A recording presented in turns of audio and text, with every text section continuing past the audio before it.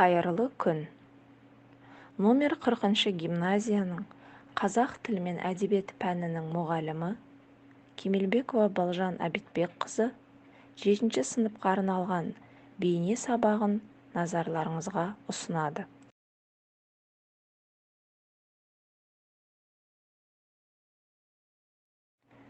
Сабағымызды бастамас бұрын тақырыпты болжап алайық. Тақырыпты криптограмманы шешу арқылы болжаймыз. Берілген сандардың орнына сәйкес әріптерді қойып, бүгінгі сабақтың тақырыбын анықтаймыз.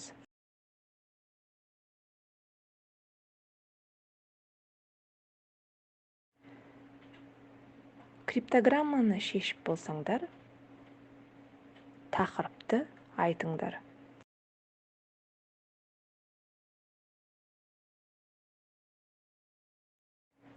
Дұрыс айтасыңдар. Сабақтың тақырыбы Наурыз, думан.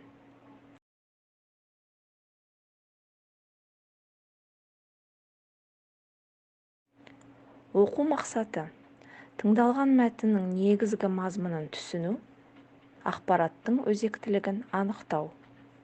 Сабақтың мақсаты: мәтіннің негізгі мазмұнын түсінеді, ақпараттың өзектілігін анықтайды, тақырып бойынша өз ойларын қорытындылайды.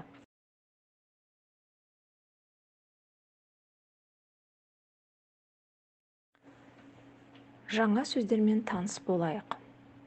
Сыбаға, жібу, ырыс, шанақ, игі, шаттану, армандау.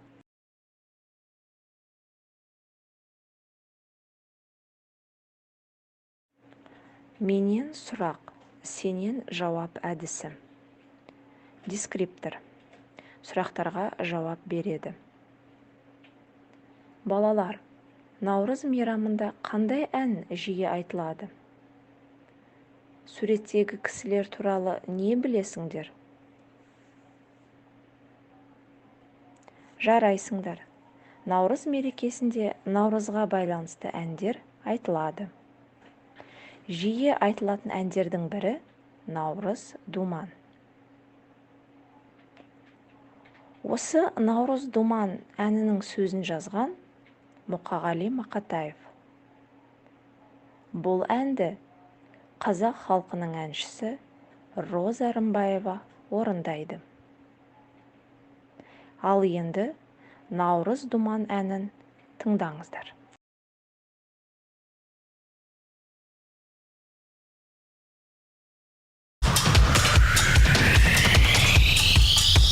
Наурыз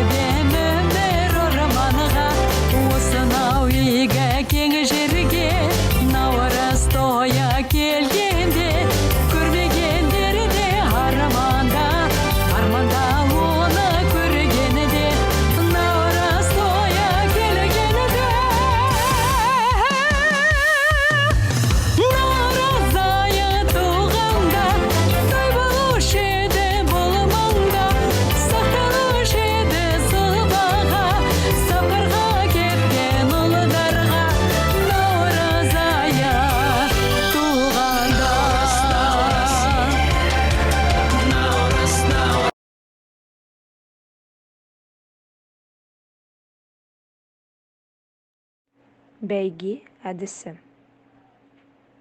Бәйге ұлттық спорт ойындарының бір түрі. Бәйге табандылыққа, тапқырлыққа үйретеді.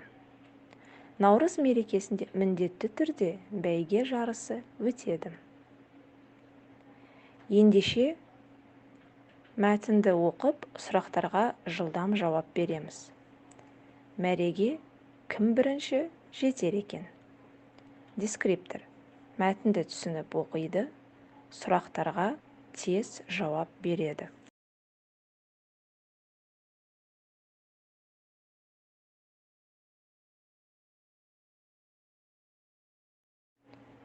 Өлеңнің мазмұны бойынша сыбаға кімдерге сақталған?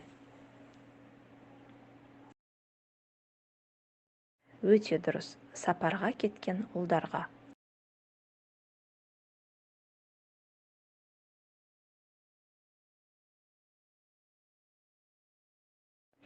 Өлеңде қай мереке туралы айтылады? Әрине, 22 наурыз мерекесі туралы айтылады.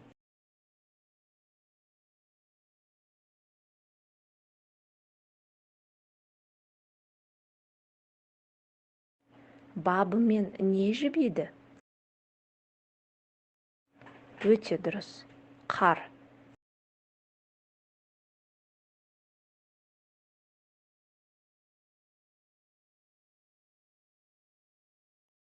Наурыз думан әнінің сөзін жазған кім? Жарайсыңдар. Ақиық ақын Мұқағали Мақатаев.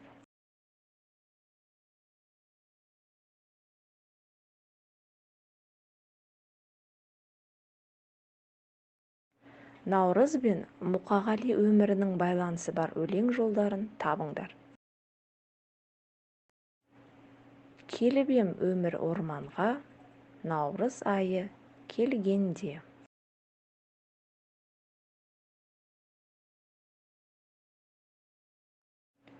Суреттер сөйлейді әдісі. Тыңдалған мәтіннен суреттерге сәйкес келетін өлең жолдарын табу. Дескриптор. Мәтінді оқиды, суретке сәйкес келетін өлең жолдарын табады.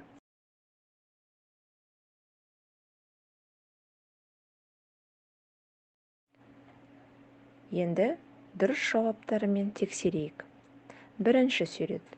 Сақталушы еді сыбаға, сапарға кеткен ұлдарға, наурыз айы туғанда. Екінші сурет. Бауыры жылып науатқар, бабымен ғана жібиді. Үшінші сурет. Наурыз айы туғанда, той болушы еді бұл маңда.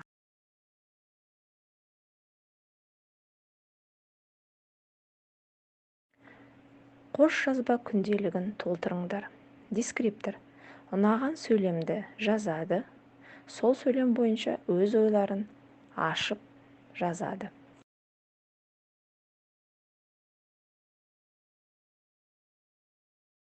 Үлгі. Бауыры жылып науатқар, бабымен ғана жібиді. Мен автордың айтқанымен толықтай келісемін. Себебі наурыз айы көктемнің алғашқы бірінші айы. Көктемнің бірінші күндерінде қар еріп, күн жылына бастайды.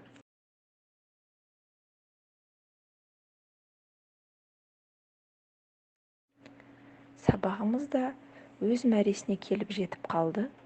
Енді аяқталмаған сөйлемдер әдісі арқылы кері байланыс жасап жіберейік. Мен бүгін не білдім? Мен нені есіме сақтадым? Маған бүгінгі сабақта не оңай немесе қандай тапсырмалар қиын болды?